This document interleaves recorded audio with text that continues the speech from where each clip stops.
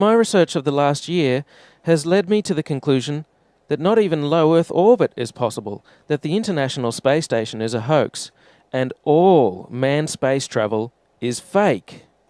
First, though, let's have a look at the International Space Station. I want to talk about some of the anomalies I see there.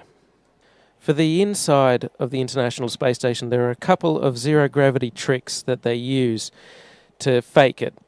The first is they have a complete mock-up of the International Space Station built on the inside of an airplane. And that airplane does a bunch of rises and falls. It does a upside-down parabolic trajectory, and that simulates zero gravity. The other main way they simulate the zero gravity is with suspension in front of a blue screen. And they use that trick for extended periods of time, for longer than 45-second segments. But they can't move around as much. They can't do the acrobatic flips and rolls in the extended mode. So there's full motion mode where they can fully move around, and that's faked in a plane. And then there's suspended or extended mode where they're suspended by wires in front of a blue screen. They don't move around as much, but they can make the scene last for a longer period of time. In this scene, Chris Hadfield bends down in order to adjust something, and you can see on the back of his shirt a couple of upticks on either side where you would expect wires to come in on either side of that harness in order to support it. Of course, they've computer graphicked out the supporting wires. You can't actually see them, but what you can see is a very slight discoloration where it's slightly lighter and then it goes slightly darker. And that's strange. That shows a couple of things. First of all, it shows that this isn't live from space. They're often portraying that this is live. Of course, these things are fully choreographed and edited in advance to make sure that there's nothing too obvious that you can see that gives away that this is a suspension in front of a blue screen hoax. The other thing it shows is that this is not raw footage coming to us. This is edited stuff. This is supposed to be a legitimate space program. This is supposed to be the International Space Station, and we should be able to see whatever's going on. But they edit things because the whole thing is edited. In one extended mode scene, Chris Hadfield on the right is going back. He's going back, and then he just stops. That's an odd motion. You would expect if this was true zero gravity that you have to support yourself, you have to stop yourself on both the top and the bottom of your body as you're drifting back. If you just stop yourself with your feet, then your head will rotate backwards. Conversely, if you just hang on at the top with your hands, then your feet will still keep moving. You have to support yourself at both the top and the bottom of your body. But his hands, Chris Hadfield's hands, aren't touching anything. He just goes back and then he stops. And that's odd. You can see a sort of a harness sticking through the t-shirt of Chris Hadfield. It's a harness that's around the waist. That's how they're supported. Also notice that Chris Hadfield has the habit of bringing his knees up. That's because his stomach muscles aren't as strong. He doesn't have as much midriff strength as some of the others who are able to elongate their body and make the hoax look a bit more realistic. He's constantly bringing his knees up because he's not as strong as the others. Occasionally, though, the others bring their knees up too. Notice that in the extended scenes, which seems to be done in front of a blue screen, like if you have a look at this guy going back towards the screen, there's some strange shadows there, look like they're CGI'd in. Using computer graphics, they edit out the supporting wires and edit in these rotating floating objects. They always seem very concerned with the object. Chris Hadfield looks at it very closely. You don't want the object getting too far out of control, because if it starts bouncing off the cabin in a weird way or goes back to the blue screen, it could ruin the whole illusion. They also don't bounce those oranges off the walls. I'd like to see them get a tennis ball and throw it around really hard and fast. And I'd like to see them do-si-do each other really quickly, which they can't do, or they'd get all their wires tangled up. The extended mode is much quieter than the full motion mode. In full motion mode, you can actually hear the sound of the jet engines, the engines of the airplane. in every single scene of full motion mode, in every segment of the International Space Station, you can hear this loud sound, the sound of the jet engines. You could argue that it's the air conditioning system. Not even an office air conditioner is that loud. And why is there a loud sound in every segment of the International Space Station? That's because no matter how soundproof you make it, you can't filter out all of the sound of the jet engines. An airplane is just too noisy. You can put noise-cancelling headphones on when you're on a plane, and that doesn't stop the sound from getting through. It muffles it. They also use microphones that don't pick up very far away. If you have a look at this scene here, you can see that when the microphone's in the middle, pointing towards the guy in the middle, you can't hear the sound of jet engines as much, but when the microphone goes to the guy on the side, you can hear the sound of jet engines a bit more. So you can't truly soundproof the inside of the airplane where they fake full motion mode. You can see in this scene from the recent National Geographic documentary Live from Space, Koichi Wakata is looking at the window there. This is full motion mode, and you can tell because of the sound of jet engines. In quiet mode, they can go to the cupola and they can look through at their model. And you can see an amazing model. Gee, why would you build the International Space Station out of a bunch of long, thin segments that can easily break at the joints? So there's their fairly realistic view of the rest of the International Space Station. Hello, Rick. Hello, Dermot. Welcome to the International Space Station. Oh, it's nice to have you with us. Rick, thank you so much. When did you apply to join the astronaut program yourself? Well, actually, you know, getting selected as an astronaut's not as easy as it sounds. I started applying many years ago, and it actually took me 9 years and 9 different applications before I was finally selected in 3 different interviews. Oh, absolutely. It went well beyond any expectations I had. And Koichi, you're the commander of the ISS. Congratulations, the first Japanese commander. What does being commander actually mean? Well, it's quite an honor and a big challenge for me, but I am humbled to take up this challenge. I'm so happy to be able to work with my very hardworking crewmates, Rick and Misha. And I think I got to see that I have a really talented and motivated crew. I got the easy part.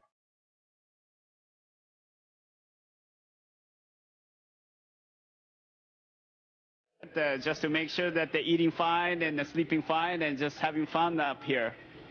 And I need to make sure that we have good communication with the flight control team. It's a wonderful team all over the world.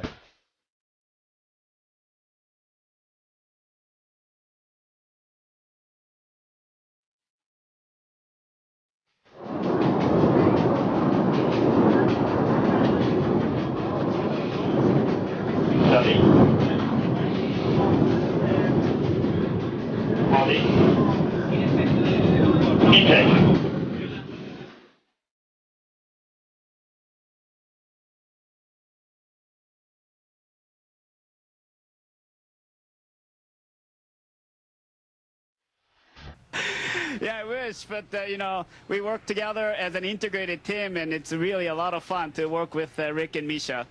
And what's the reaction been like in Japan?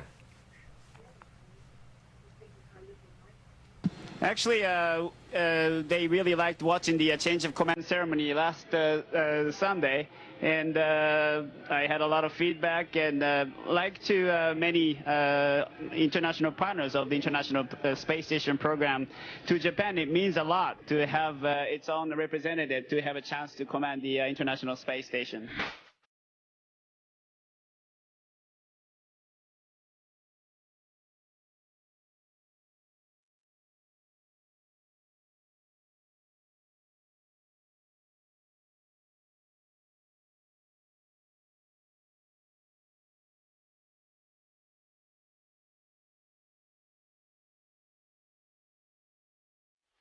Now have a look at their feet. There's stabilization bars, blue stabilization bars.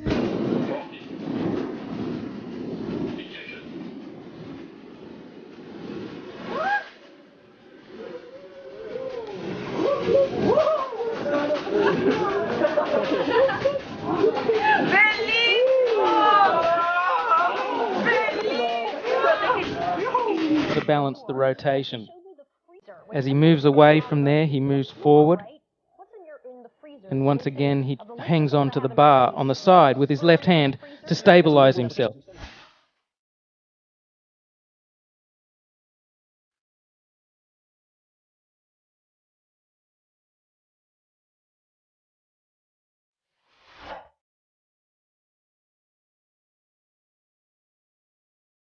From the International Space Station. Hello, Katie. Hello. This is so cool, isn't it? Hey, Katie, I want to welcome ask aboard you a the space question. station. This is Leah.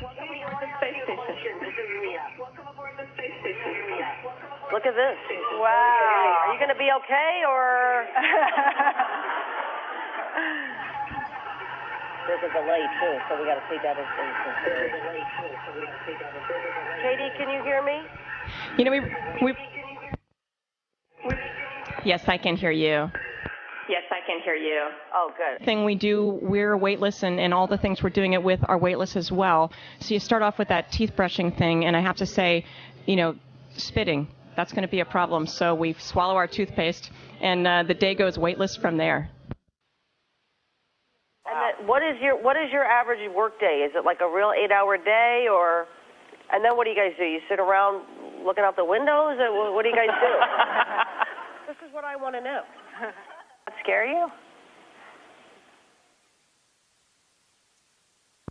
I won't say they scare me, but I'll tell you that I take them very, very seriously in that we exercise, about almost 2 hours a day, which I'll say I'm not disciplined enough to do down on the Earth. But I do it up here because the implications of not exercising are really having a tremendous amount of bone loss. And I have a 10-year-old, and I figure I still have a lot of running around to do when I get home. Katie, I wanted to ask you, other than your family, your son, as a woman, what do you miss the most?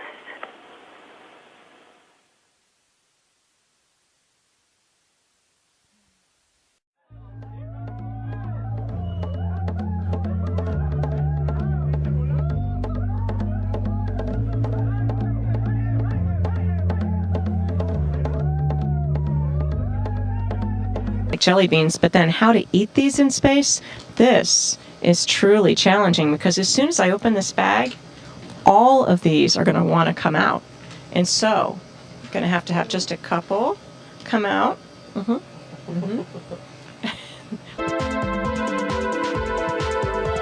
Japan, and that brings us to Koichi, who's in the Japanese lab Kibo. So Koichi, walk me through what you're working on in this lab. Yeah, this is an experiment called Spheres.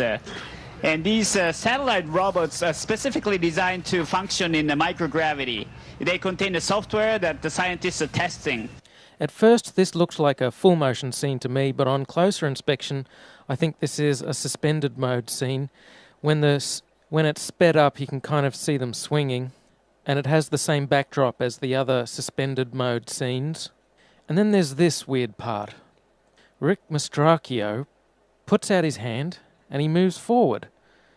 Maybe he's using his feet to wedge himself forward somehow, but it doesn't look like it.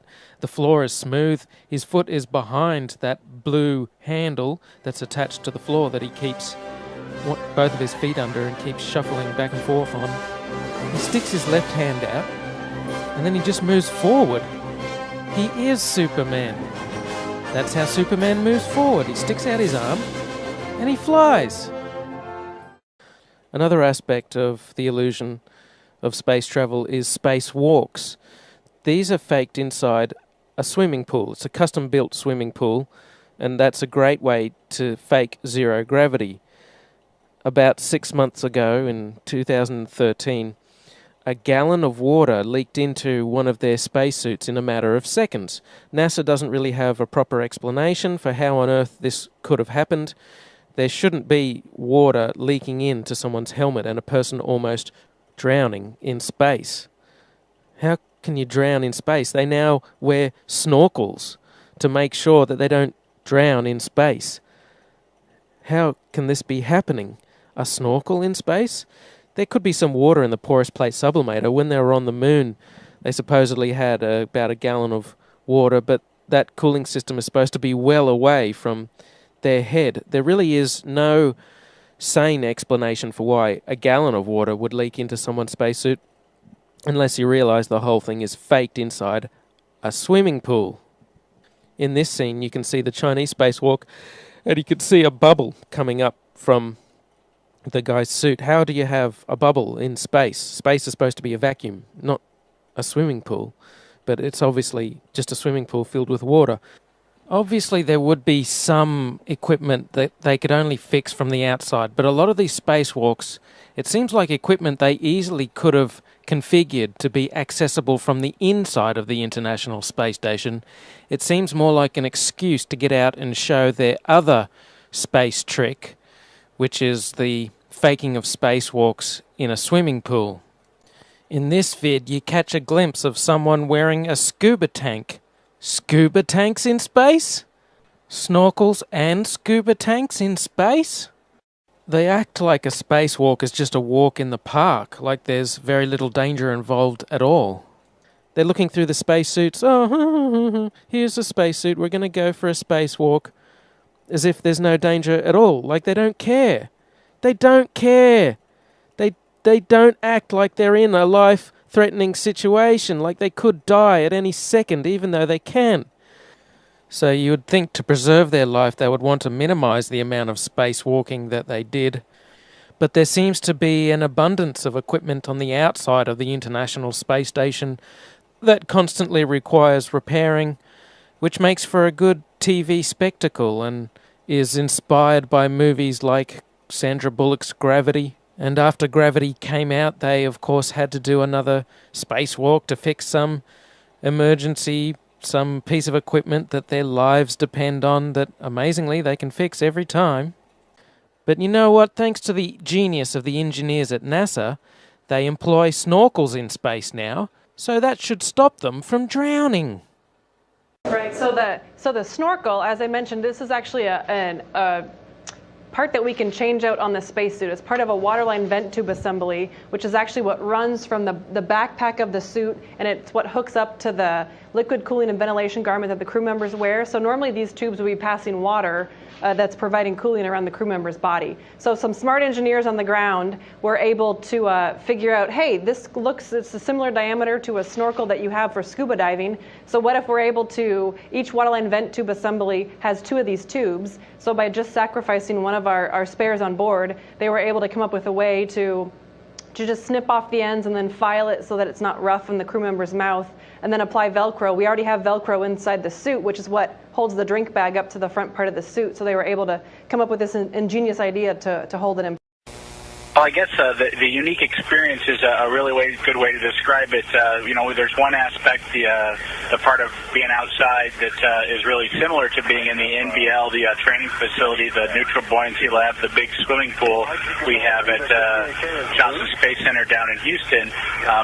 Everything looks the same in that swimming pool, but outside, there's a big Earth going by. There's sunsets and sunrises to kind of wake you up or brighten, kind of blind your eyesight, and so just the view is what's completely different. That's what takes your breath away when you're trying to get back to the business of doing your work, and amazingly enough, the Earth is just rotating by underneath you. And, we talk about spacewalks, but it's a bit of a misnomer. It's more like space floating. You're really not out there walking. And I guess the best analogy I can tell everybody is if you could imagine yourself scuba diving in a suit of armor, that's about what spacewalking is like. And the Wide Field Planetary Camera 2 is clear of the structure of the telescope, and now Foista will be maneuvered by Meg. It's a Chinese spacewalk. A bubble rises in the pool. It's complete fraud. Here the helmet gets hit on the International Space Station, and a bubble rises into the pool.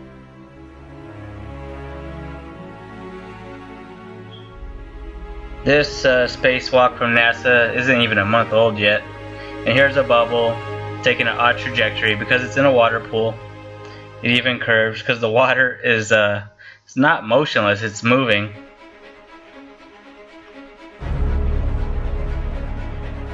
And here on the International Space Station, they once even got caught with a scuba tank in space. It's ridiculous that they get away with this shit. What's even more ridiculous about them filming spacewalks in a water pool, and spacewalks are impossible, is that the women for the hoax perm their hair. Here she's in front of a blue screen, and the background is not moving, the cable is completely still, and in real life, there would be airflow in the space station. The space station will be making adjustments that would not stay fixated. It's just a screenshot. And they just put it in the background. It's blue screen. And her hair is permed for this ridiculous hoax. This is a video that I made about the absurdity with their hairdos. They perm their hair. It's ridiculous. Their hair stays fixated. The public doesn't notice that their hair is permed. And yeah, the women are completely ridiculous on the space station. In 0G, hair is moving through air. It behaves like hair moving through air. It does not stay fixated into position.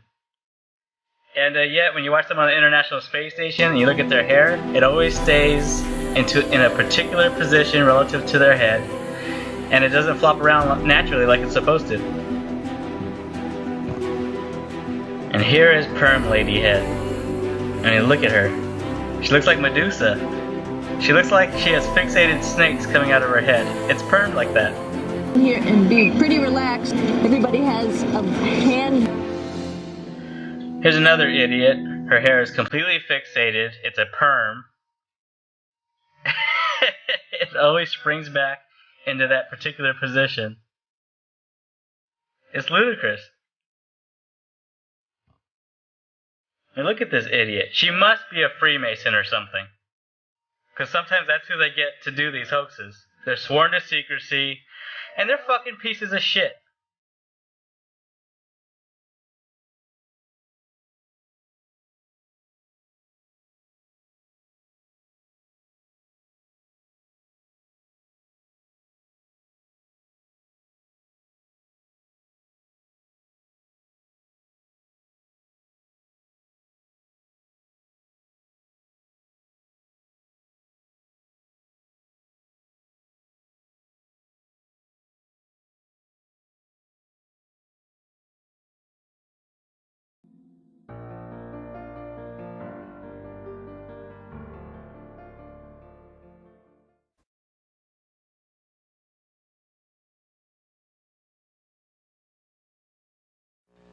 Just 24 hours ago, the 6 crew members had an opportunity to conduct what now has been the traditional change of command ceremony. They gathered inside the Japanese Kibo module for that activity, in which Max Sarayev formally handed over the reins of the command of the International Space Station to Butch Wilmore. There were opening remarks from Reed Wiseman and Alexander Gerst. So for your viewing enjoyment, let's take a look at yesterday's change of command ceremony.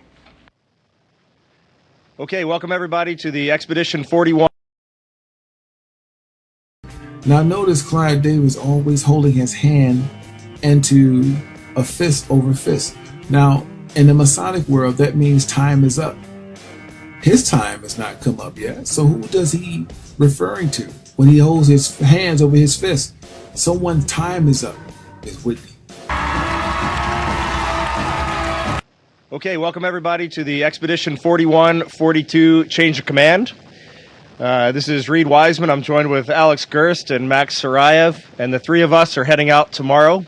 So we just wanted to kick it off by saying a few words. And for me personally, this is the most unique ship with the most amazing crew and the most incredible ground support that I've ever worked with. And it's been an honor and a privilege to spend 165 days up here. And with that said, I'm looking forward to heading home tomorrow with these two. And I'll hand it over to my German colleague, Dr. Alex Gerst. Yeah, they say this is the most complex machine that humanity has ever built. Now, even after half a year on board, event of this, and let me introduce a new commander of International Space Station, Captain Wilmer Butch.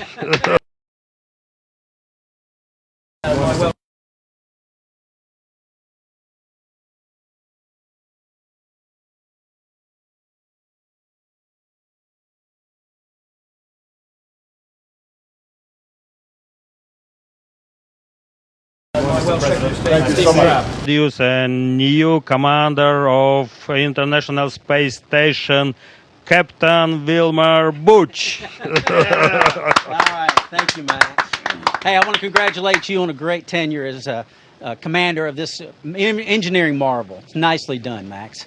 And to the whole team here, thanks, guys. It's been a wonderful 2 months. We're going to miss you guys when you leave tomorrow. And for the team on Earth, it's an amazing, as Alex said, it's an amazing accomplishments day in and day out, things that takes place here. And you think about all the people literally around the globe working together for the common good of mankind. And I want to, like as they said, thank everyone as we go forward. And with that, we'll say increment 42 has begun. All right? Congrats. All right. Congratulations. Congratulations. Thank you all.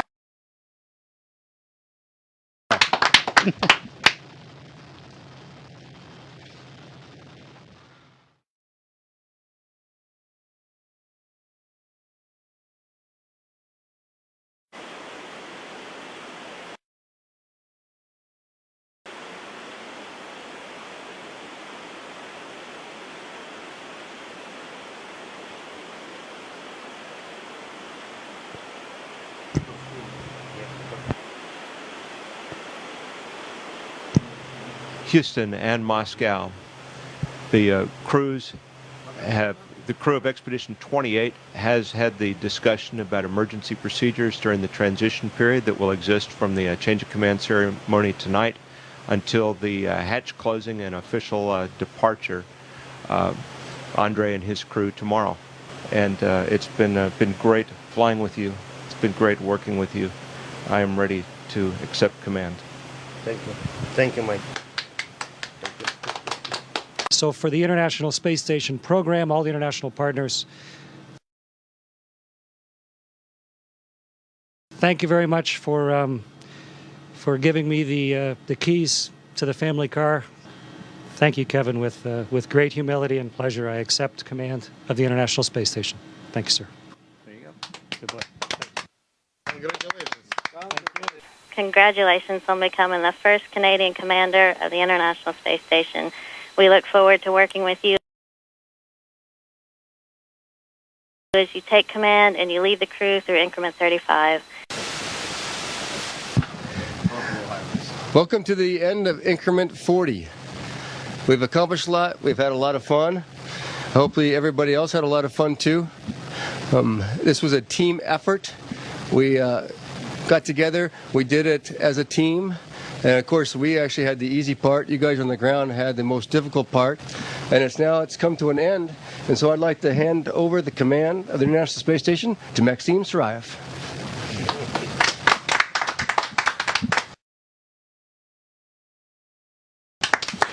Thank you very much and welcome to increment 41. Houston and Moscow and all of the control centers around the world. From the crew here on board the International Space Station, after having served through Expedition 35, it is time to hand over the command of the spaceship to the Expedition 36 crew. So from this young Canadian kid's dreams to be realized to command a spaceship, on behalf of everybody at the Canadian Space Agency and the International Space Station program that trusted us to do our job right. Para. And so I pass command of the International Space Station to Pavel Vladimirovich Vinogradov. Congratulations.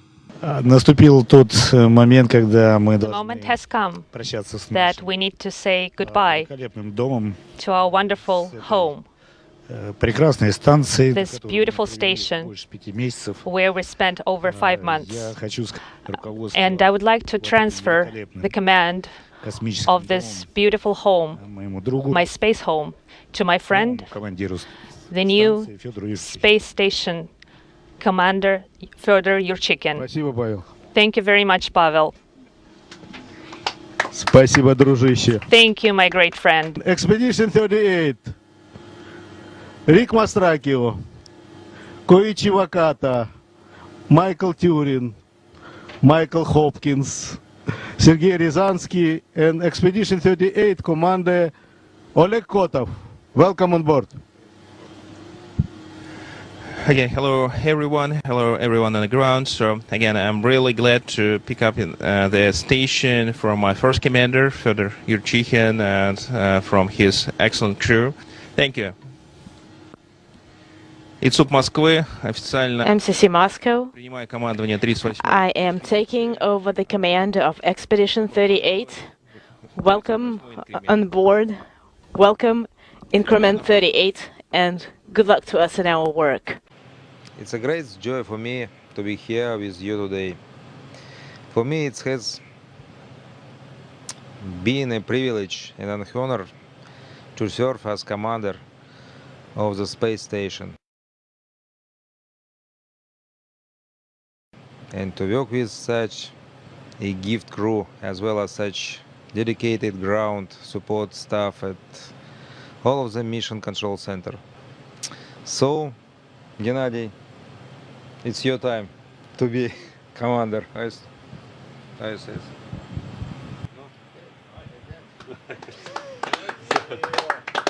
That's it.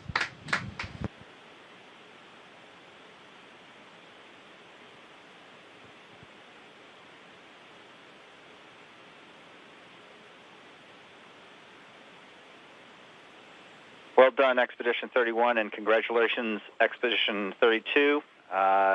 It's a pleasure to work with all of you, and we look forward to many days and hours working with you, Expedition 32, and looking forward to congratulating our friends back down on the ground, Expedition 31.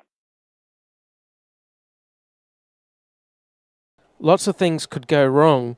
They're on the edge of death every second, yet they act like giddy children with gay abandon. Another curious thing is, take this piece of exercise equipment. They've deliberately detached it from the wall so that it's not directly attached to the side of the International Space Station, so that when they exercise, when they do their movements, the movements don't translate to the station and don't move the station around. That's a wonderful concept. I like that idea. You wouldn't want the station to be moving around a lot.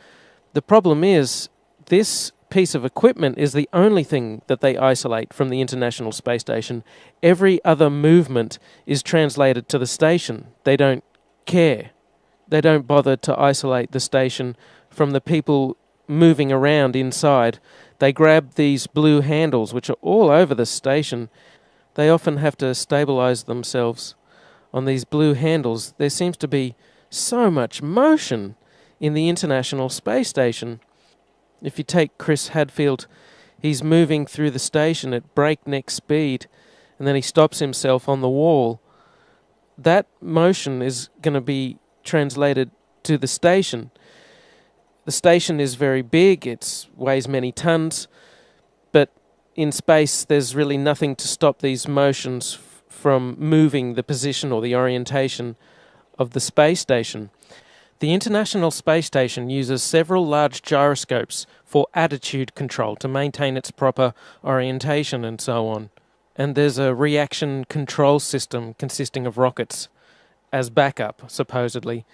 We can only presume that the rocket-based reaction control system isn't employed very often, as they don't talk about it, given that there are so many people inside moving around, moving gear around all the time. And every time the solar panels were moved, every time the Soyuz docked with it, there would be motions impinging on the station, and this would move the station. So what you'd need is a system of rockets on the outside burning fuel in order to stop the International Space Station from misaligning, from moving out of place. When it comes to satellites and things in orbit, you don't want them moving around a lot. The International Space Station changes in altitude somewhat, supposedly. It goes up and down. They supposedly bring up 3 tons of water every year. That's hard to believe, but let's take that at face value. But they never talk about huge amounts of rocket fuel. But even without the rockets, all of these motions of the astronauts and the solar panels moving around would put tremendous strains on the joints, and they're not flexible joints. Having a huge airproof flexible joint of that size would be an incredible engineering feat. They don't have them anyway. There's not supposed to be any relative motion between sections. The International Space Station was made piecemeal. They started off with one section and then they added another section. It consists of a bunch of tubular sections which are joined together. It's an ad hoc design. Here are a few scenes from the tour of the International Space Station that they take you on. And I noticed that there's no airlock between sections. This means if there's an air leak in one section, they will be affected in all sections. They're quite likely to all die. You could wear the spacesuit. That would work for a few hours until you had to eat, and then you'd have to take the spacesuit off and you'd be exposed to the vacuum of space and you'd be dead. The porous plate sublimator only lasts for a few hours anyway. Sometimes they're tethered. Do they have tether points on the inside of the International Space Station? Not likely. They don't really design it with life in mind. You could argue that they all scramble into the Soyuz and try and get back to Earth in the event of an air leak. Well, that would be very odd. They would have to completely change and recalculate all of the re-entry parameters if you're going to cram all 11 people or however many people they have on there. They have many people on the station at the same time. You also couldn't cram that many people, all 10 or 11 of them, into the one Soyuz at the same time. They only ever have one emergency Soyuz escape capsule. You couldn't cram them all in. It's very odd that they're up there in this life-threatening situation where an air leak could happen at any time and they could all die, and there's not even enough lifeboats for them to make it back to Earth. Having no airlock in between sections is very odd. The more sections they add to the International Space Station, the more dangerous it becomes, and yet they don't care. They just add as many as they like. Check that out. Sun sets, space station gets brighter.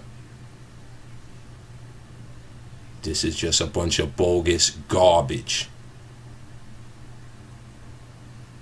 You can only see it if you speed it up. You won't notice it in real time.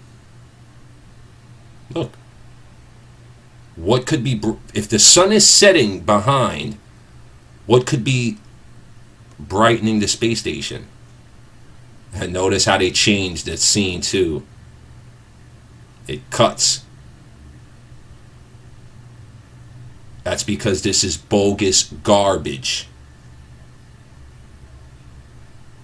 How is the space station, supposed space station, visible after the sun has set behind a supposed round Earth horizon? How? Look at that. Sun sets, space station gets brighter. But notice the sun has been disappearing, supposedly. But yet you can still see this. What's shining from here to reflect light off?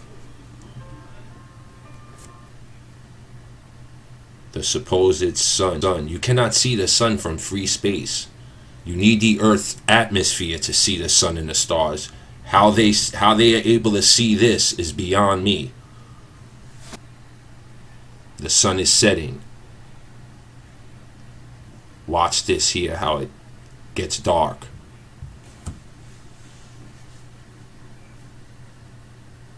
But in the other video was still visible, and there was no sun. But I know many will say that the sun was out of the picture. It's just garbage. And you're being lied to. And NASA cannot hide it anymore.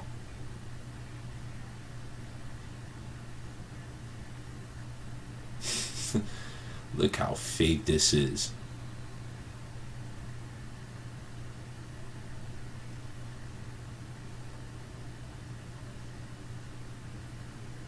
Look at that.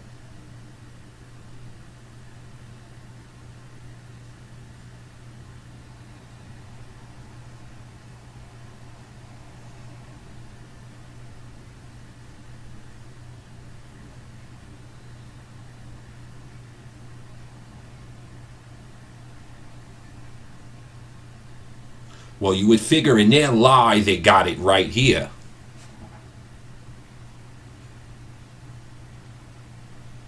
Gone. Sunsets, space station not visible. Look at that. You can't, there it's visible, there it's invisible.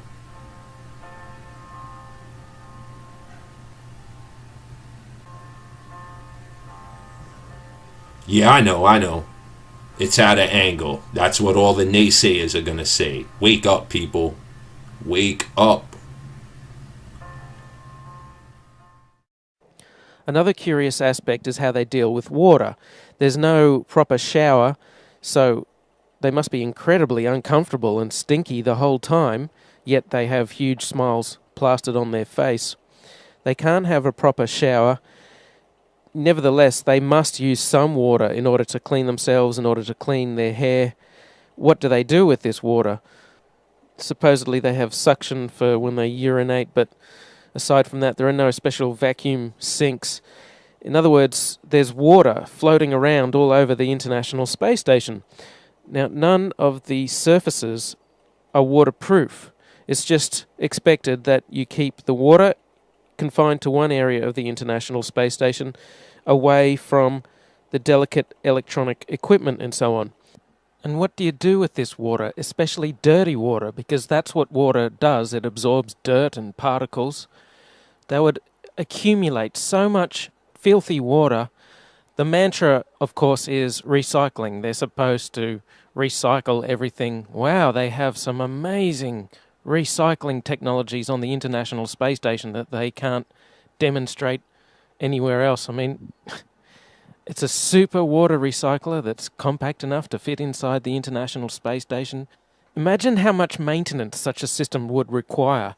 You'd have to bring up so many filters and chemicals, and things would be breaking down and you'd have to repair it, but you don't have the tools to do it. So there's another curious, strange aspect of the International Space Station which endangers their lives and could kill them. But they don't care. They always have huge smiles on their face, like they're having a really good time, even though they could die at any second. Another curious aspect is that humans emit dust with time. Their skin dies and drops off.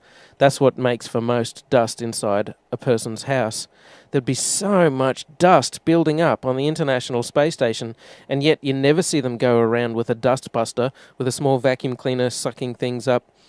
What do they do with the dust? Well, supposedly there's a trash disposal thing in the form of a re-entry vehicle which strangely burns up on re-entry, even though the ones with humans inside supposedly survive re-entry. That's a very curious contradiction, but they have a trash disposal capsule that they put their trash into, but they never talk about the dust. They never talk about the solid waste from the supposed space-age sewage system that they have. That's another strange thing, is supposedly they have a sewage system. I don't know how they cram it into the International Space Station. Perhaps it's in the walls of the station, but they never talk about the smell. It'd be impossible to avoid the smell of a sewage system in the walls of the International Space Station because they're trapped inside this tin can. It's completely sealed from the vacuum of space. You could have any number of super filters and try and get rid of the smell. It wouldn't work.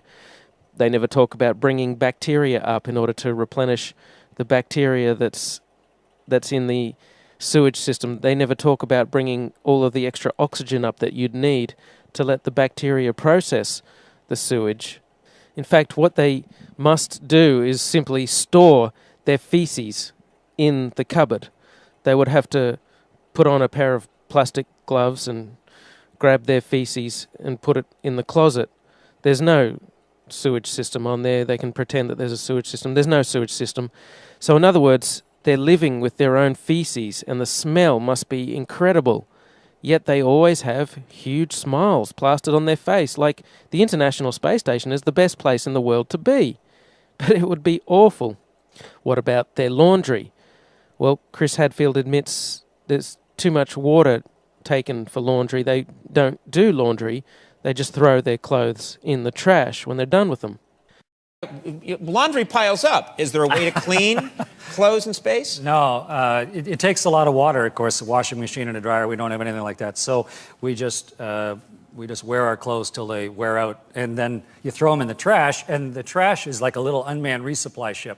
And when it gets full of trash, then we close the hatch, and it undocks and backs away and falls down into the atmosphere. So your dirty laundry actually gets incinerated in the atmosphere. And so, wait a minute, you're kidding. You guys on the space station are throwing your underwear out, your dirty underwear out the window, and it's raining down on us?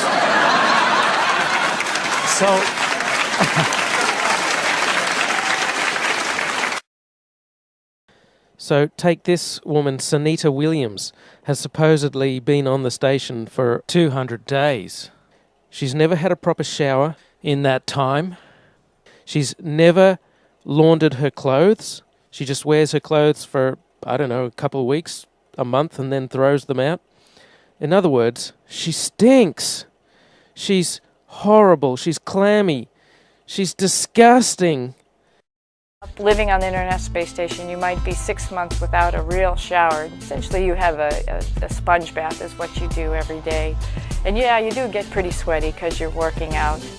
But surprisingly enough, when the shuttle crew came to pick me up, was one of my first questions, do I smell? And they said I didn't smell, and they said my hair didn't look greasy, so I was pretty happy with that.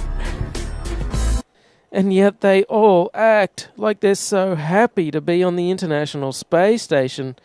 It seems mandatory to smile if you're on the International Space Station. I guess when you're doing a hoax, you have to have a big smile plastered on your face, because that's what distracts people.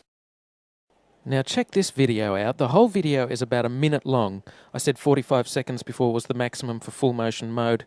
It may be more like a minute that they can do this full motion zero gravity mode, because then the airplane finishes its parabolic trajectory. It has to dip down for a short period of time. There's double the gravity. Anyway, have a look at the end of this, and there's a strange motion to the center. Take a look at the way it moves. It kind of skips out of her control a couple of times. First it dips down and then up a little bit, and then at the end it goes up a little bit, and she kind of looks a bit embarrassed, like she's been caught putting her hands in the cookie jar. Oops, I hope you didn't see that. No, we didn't see, Katie. Just keep the beautiful smile on your face, and that'll distract us from the hoax. They supposedly urinate into these funnels. How do they keep it clean? How do they stop it from being encrusted with dried urine? You can't use water to clean it. You could, but you'd be wasting a precious resource, and then there'd be dirty urine-filled water floating around the cabin instead of ordinary water. So to summarize, they're living with their own excrement, their feces and their urine. They build the International Space Station out of long, thin segments. There's all kinds of motions being translated to the International Space Station through these blue handles everywhere. They could spring a leak between segments easily. There's no airlock between segments. They don't do laundry or have showers, and they're incredibly uncomfortable the whole time. They don't have access to proper medical treatment or facilities. They have to routinely go outside to fix equipment because they like to put stuff on the outside of the International Space Station that can only be fixed from the outside. So in short, this International Space Station is a suicidal hellhole. It's an awful place to visit. Every second their life is in danger and they could easily die, yet nothing ever goes wrong that they can't easily cope with and fix given the incredibly limited set of tools they must have up there. And they act like they don't care. The International Space Station is the worst place in the world to be, and yet they act like it's the best place you could be.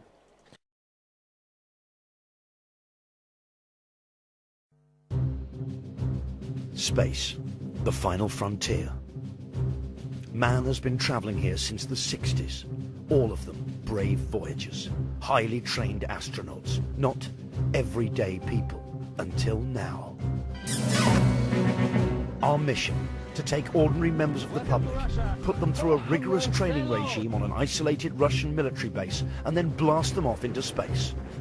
Or so they'll think. Unbeknownst to them, they'll never actually leave UK soil. The scene is set. The countdown to launch has begun. Will the contestants even want to go into space? And if they do, will they fall for the biggest practical joke in television history? We're about to find out in Space Cadets.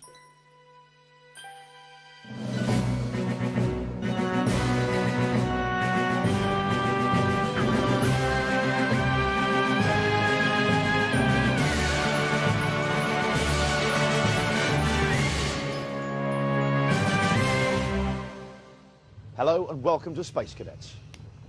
It's Space Gym, but not as you know it. So what are we trying to achieve here? We have a two-part mission statement. Part one, we must convince a group of people that a large field a stone's throw from Ipswich is in fact a Russian space training facility. Part two, we must convince this same group of people we're going to put in a shuttle, blast them into space for 5 days, where they'll make history as Britain's first televised space tourists, when in fact they will be in this high-tech shuttle simulator based on genuine NASA blueprints in this aircraft hangar here in that same field near Ipswich. Now, if they last the full 5-day mission without rumbling us, they'll each walk away with a bundle of cash. This is the most elaborate and expensive hoax in British TV history. So what could possibly go wrong? Hello, and welcome to the International Space Station. I'm Katie Coleman, a NASA astronaut, MIT graduate from 1983, and this is my world.